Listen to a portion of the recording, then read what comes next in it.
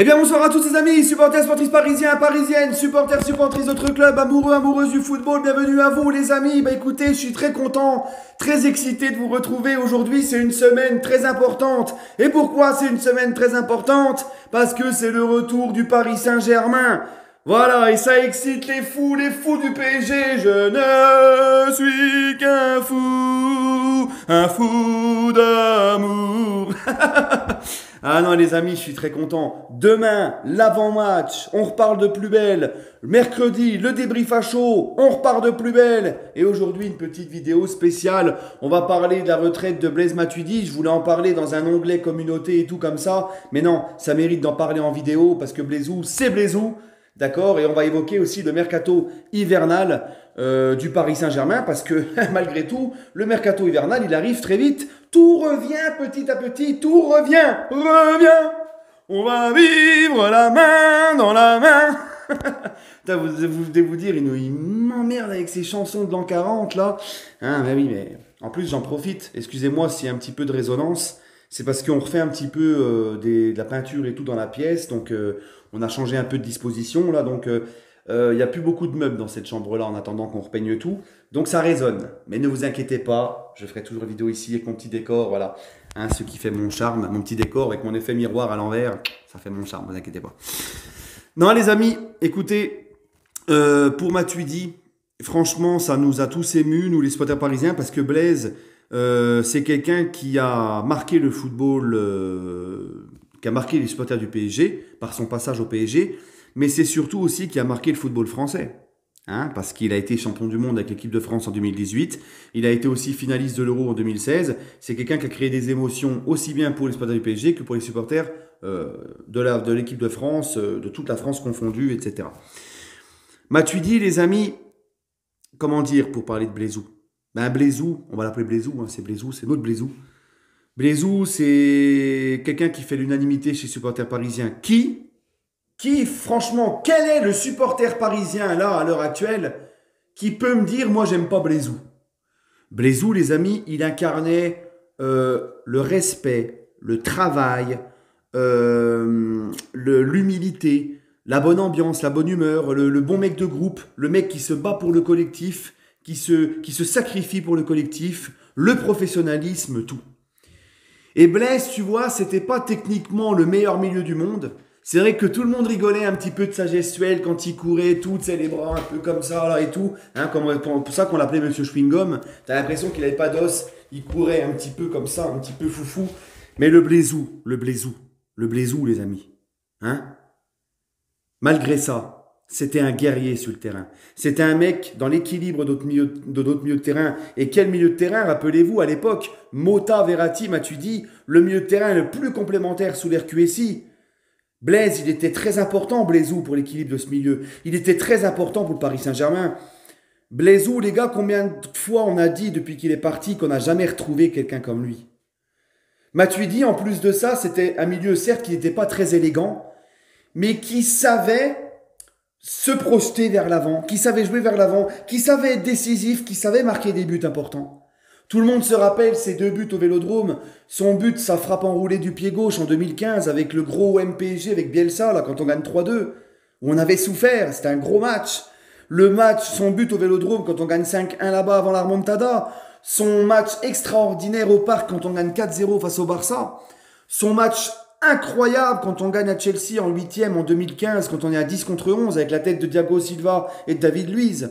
Son match incroyable aussi au Parc, notre première participation en Ligue des Champions sous QSI avec Ancelotti quand on fait 2-2 au Parc face à Barcelone, quand il égalise dans les dernières minutes avec certes un peu de réussite, mais voilà, tu vois. Et on s'est toujours dit, Matuidi, on n'a pas de milieu de terrain qui, on l'a jamais remplacé depuis qu'il est parti. Hein, il était parti à la Juve en 2017 quand Neymar est arrivé avec Mbappé, il fallait un petit peu vendre et c'est lui qui en a fait les frais malheureusement. Et on s'est toujours dit, on l'a jamais remplacé. Alors il y a eu entre-temps Idrissa Gueye qui était un petit peu dans le même profil dans le sens où Idrissa Gueye courait beaucoup, se sacrifiait pour le collectif, il donnait beaucoup, mais Gueye ne faisait pas comme Matuidi. Gueye n'allait pas vers l'avant. Gueye n'était pas très décisif. Blaisou c'était au-dessus.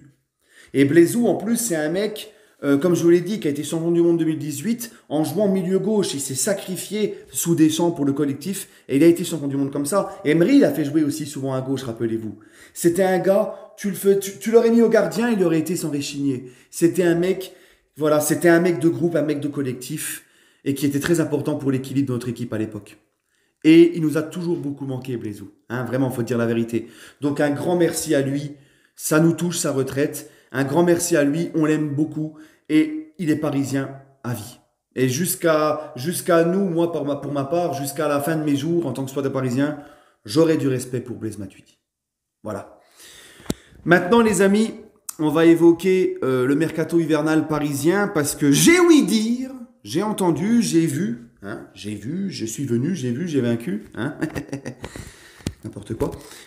Et j'ai vu que le PSG, selon certains médias, alors c'est pareil, les médias, il y a à boire et à manger, il y a tout et son contraire, vous allez voir pourquoi je dis ça. Il y a certains médias qui ont dit que le PSG ne comptait pas vraiment se renforcer pour ce mercato hivernal. Bon, là aujourd'hui, on apprend qu'Amrabat, le PSG pourrait faire une offre de 25 millions. Tu vois, c'est tout et son contraire. Voilà, on sait comment ça se passe les médias. Moi, je pense qu'il y aura quand même il y aura 1 ou 2 renforts cet hiver, et je l'espère. Notamment à quel poste? Quel est le poste le plus important, les amis, où il faut absolument recruter cet hiver, où justement on n'a pas pu recruter cet été? Défense centrale. On a un Marquinhos qui mentalement est très fébrile. Oui, hein, Marquis est très fébrile, hein, Marquis. Caca culotte, le Marquis malheureusement. Marquis qui a eu du mal à se remettre dans le bain, à se remettre de ces événements depuis la défaite face au Real, et qui maintenant, avec ce qui lui est arrivé face au Brésil, j'ai peur mentalement comment on va récupérer Marquis. D'accord? Donc, Marquis, on ne sait pas dans quel état mental on va le retrouver. Ramos, c'est plus Ramos Prime, mais il est plus sous le déclin, faut pas se mentir, même si on aime beaucoup et qu'on respecte beaucoup Ramos. Kimpembe enchaîne depuis le début de la saison blessure sur blessure. Il te reste quoi? Mukiele et Danilo qui ne sont pas des vrais défenseurs centraux de base. C'est compliqué. Donc si là le PSG ne recrute pas de défenseur central, moi je comprends pas. Ça va être dangereux, ça va être risqué. T'as des mecs comme Skriniar, t'as des mecs comme Guardiol, t'as le défenseur central là, comment il s'appelle, de Benfica là, on était sur lui là, il le voulait Campos. Et même il y a des défenseurs centraux à aller chercher, c'est le boulot aussi de Campos, il est fort pour ça, aller chercher des jeunes à fort potentiel et tout. Tu vois un mec comme Aguerd qui était au Stade Rennais qu'en Angleterre maintenant. Mais ce mec là déjà quand il était à Rennes, il me tapait dans l'œil. Ce gars-là, on aurait dû aller le chercher. Ce mec-là, on aurait dû aller le chercher. Un Konaté qui est maintenant à Liverpool, c'était avant qu'il fallait aller le chercher. Tu vois? Donc, il faut qu'on se renforce dans ce secteur-là, en défense centrale. Hein? Il faut mettre le prix, je ne sais pas, mais il faut se renforcer. Parce que c'est trop juste à mon goût, et on le sait tous, on en parle depuis cet été. Maintenant, j'entends que le PSG est aussi sur Amrabat, le Marocain. Moi, je surkiffe Amrabat. C'est un guerrier très fort dans le duel, très fort physiquement, très endurant, qui est aussi un joueur de très bonne qualité technique, qui est très fort à la relance.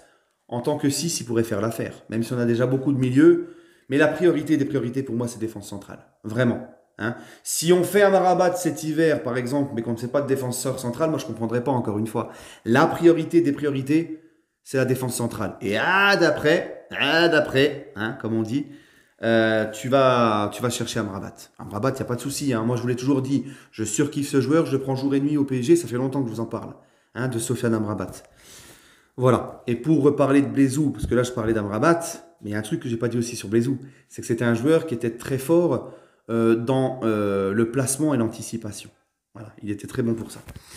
Voilà, Amrabat aussi, c'est sa qualité à lui. Voilà les amis. Donc écoutez, n'hésitez pas à me donner votre avis sur tout ça. N'hésitez pas à laisser des petits commentaires en hommage à Blaisou. Qu'est-ce que vous retenez de Blaisou? Qu'est-ce qui vous a touché? Qu'est-ce que vous retenez de lui? Qu'est-ce qui vous vient à l'esprit? Et puis surtout, quelles sont vos priorités pour le poste de défenseur, enfin pour le mercato hivernal, et donnez-nous, moi aussi, des idées peut-être de défenseurs centraux qui vous ont tapé dans l'œil, que vous aimeriez peut-être aller chercher au PSG, si vous étiez en Campos ou je ne sais pas. D'accord? Sur ce, les amis, on se retrouve demain pour l'avant-match de PSG Strasbourg. Et puis, je vous souhaite à tous une agréable soirée. Et puis, à demain. Et toujours et encore, les amis, Allez, Paris.